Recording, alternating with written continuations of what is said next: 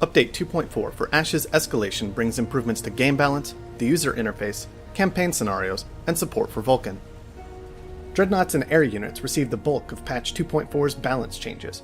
Across the board, dreadnoughts will take far longer to build, while costing the same amount of resources.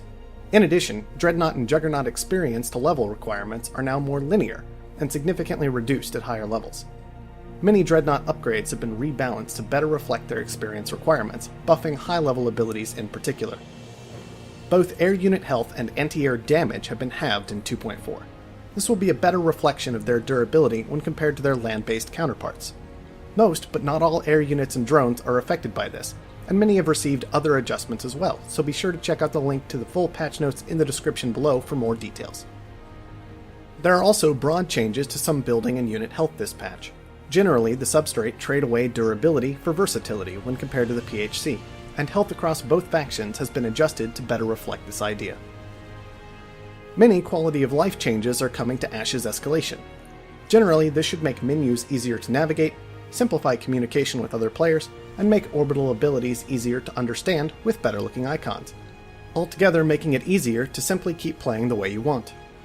Even dreadnoughts are receiving changes here. Your tankier dreadnoughts will now lead from the front to protect their weaker allies.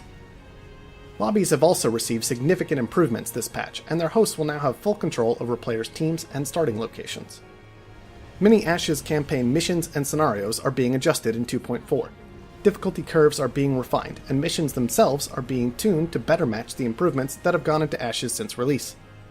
Finally, support for Vulkan, a graphics rendering API that improves OS compatibility and performance, is also included in version 2.4. Ashes of the Singularity was one of the first DirectX 12 games. With this update for Escalation, the game continues to bring cutting-edge technology to its players by adding support for Vulkan. Many more additions are coming in Update 2.4, so check out the patch notes in the description below for the full details.